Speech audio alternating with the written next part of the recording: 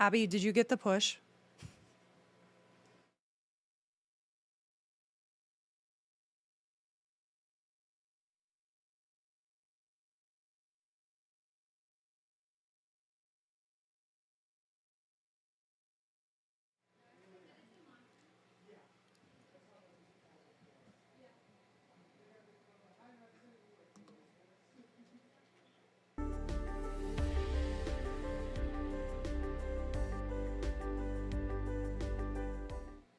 Good afternoon. I'm Danielle Schenk in the 1011 Now streaming studio for your Monday Consumer Spotlight. Joining me now from the Better Business Bureau is Josh Planos. How's it going here today? It's going great, Danielle. Nice to be with you. Yeah, great to see you. So, what do we have here today? I hear there's a business in Council Bluffs that might not actually be a business. That is exactly the case. There is an impersonation going around called Council Bluffs Containers. They actually have an active URL as we speak. It's called councilbluffscubes.com. And the reason why we were bringing this to consumers' attention is because we've had a number of reports submitted to BBB.org on behalf of this entity involving many thousands of dollars in losses. This company, I use company in quotation marks because there's really no indicator that this is an actual company, has duped people out of more than $8,000 to date. And what's concerning, not only in addition to those numbers, is that they're actually impersonating a legitimate business that has an operation in Council Bluffs, who we've actually spoken with, someone who has nothing to do with this entity in question. Right. And so I think I pulled up their website here if you can see it.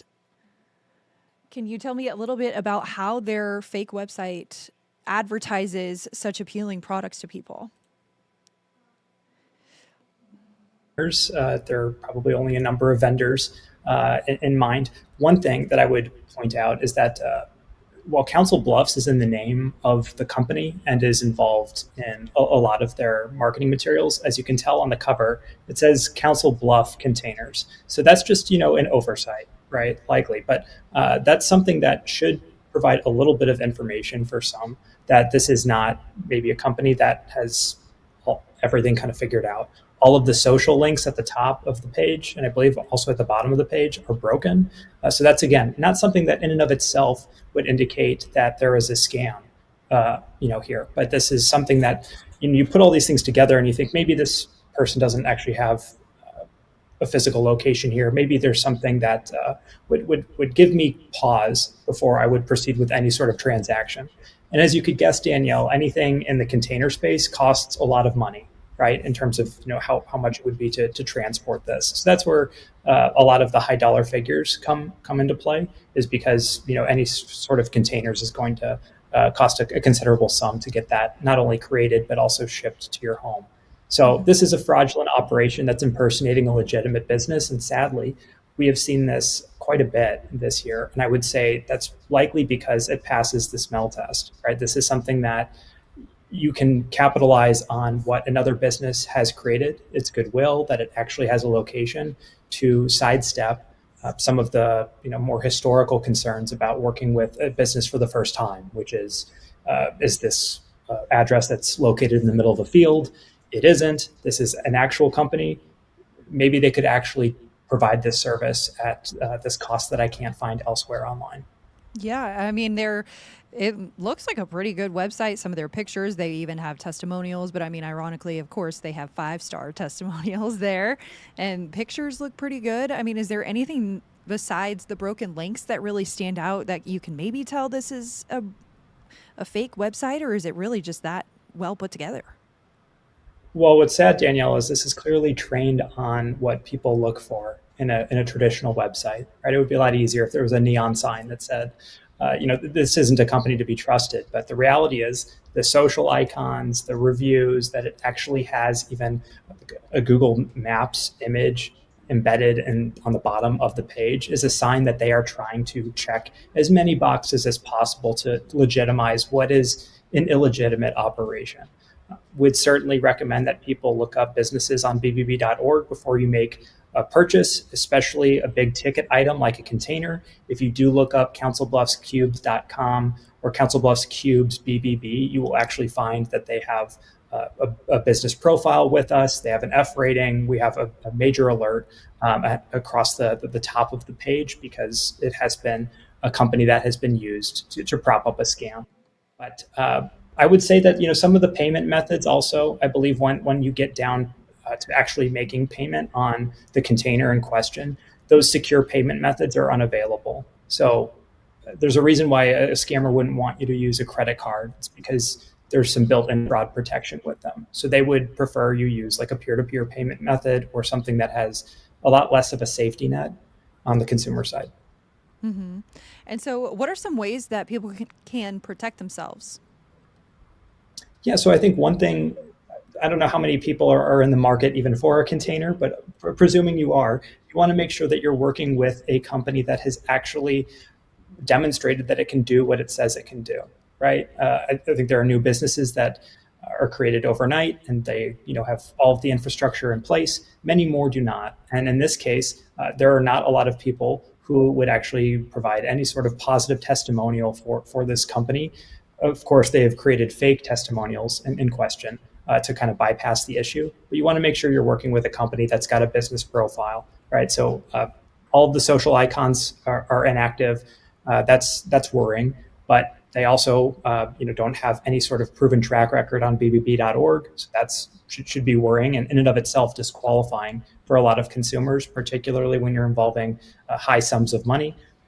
If you are going to pay, $8,000, $5,000 for a container, presumably you want to know that container exists first. So I know for a lot of people, they're not local residents. So maybe they're not making that phone call or driving by, the facility to make sure that it is what it says it is. But you want to at least have some sort of verification in place before you provide any sort of significant sum of money to someone you've never met before. And then I would really fall back on researching companies on BBB.org. It's never been easier in all of human history to create a website that looks exactly like something that you would trust and expect and identify with than it is in 2025. And at the same time, it's probably never been more difficult than it is to suss out what is a real company from what is a fake one. In this case, a lot of consumers are unfortunately learning that the hard way. Mm-hmm. And so you said this scheme has resulted in about $8,000 in reported losses from a formal complaint, a couple of reviews. And so, I mean, how much bigger is that number, or is that 8,000 like the big total?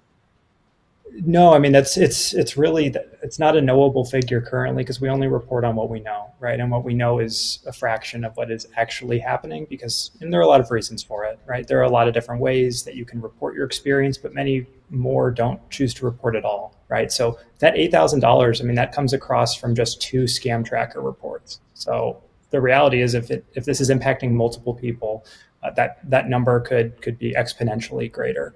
And $8,000 means different things to different people, but that's still a concerning sum of money. And we know that there's an asterisk next to it because the real experience has actually been probably a lot worse. Mm-hmm. And I think you touched on this, but you spoke to the actual business at that location. What are their thoughts on a scammer trying to impersonate them? Yeah, I don't think that they were thrilled, right? I think that they were very concerned that their hard-earned, reputation, a lot of the work that they've put in over the years to create the most trustworthy business, possible, has been used to prop up an illegitimate enterprise. The real business at that location is called Watco Companies, and they are a transportation and logistics company. They have no affiliation with containers. They don't sell containers, and they have actually reported to us that people have come to their facility expecting to pick up containers that they paid for in advance, right? So they also bear the brunt, unfortunately, of dealing with really upset customers, right? Who, in good faith, purchased containers. They just purchased it from a business that wasn't one.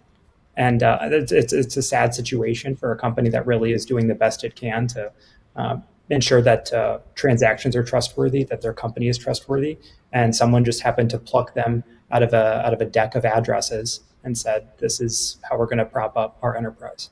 Mm-hmm. And so, for any viewers that might have joined a little bit late, can you talk again about what made this scam stand out the most to you? Yeah, the Better Business Bureau heard from a number of consumers, about three in total, that they were lured by a professional looking website that promised a custom container home. They later realized that they had been scammed out of thousands of dollars. And that's in and of itself kind of an atypical experience, but it is not an atypical experience for someone to be scammed by someone who is using a real company address to prop up an illegitimate enterprise. So this is a fraudulent operation. They're impersonating a legitimate business in Council Bluffs. They call themselves Council Bluffs Cubes, and they sell containers that don't exist. And because it is such a unique experience, a unique transaction, there are not a lot of built-in relationships that people have with container stores, right? And so, as is, if that person doesn't know where to turn for their transaction, they almost certainly are working through a company for the first time.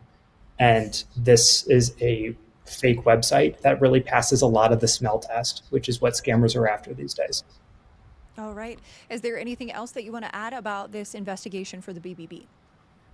I would just applaud those who came forward for reporting their experience. I think the easiest thing in the world is to try to move on with your life. And unfortunately, that doesn't do anything to protect your neighbor or anybody else from needing to go through with this experience. So now at the very least, right, if somebody looks up Council Bluffs Cubes, Council Bluffs Containers, they're going to see an enormous link, an enormous reason to pause before proceeding with that transaction because an investigation actually took place. And that might not seem like a huge deal, but I can promise you that if you are right on the cusp of making the decision to pay an enormous amount of money for something, if you see that that company has been used in the context of a scam in the past, chances are more likely than not that you're going to walk away from that experience. And so that is really valuable. And the only reason we can do that is because someone came forward with their experience to report it. Mm-hmm. Always a good tip to research the company through bbb.org. Thanks so much for joining us here today, Josh. Thank you, Danielle. Alrighty, for more about this scam, you can visit our website and follow us on all our social platforms, from our newsroom to wherever you are. And we'll see you on the next stream. 1011 News is everywhere. Download our smart TV apps and follow us on social media at 1011 News.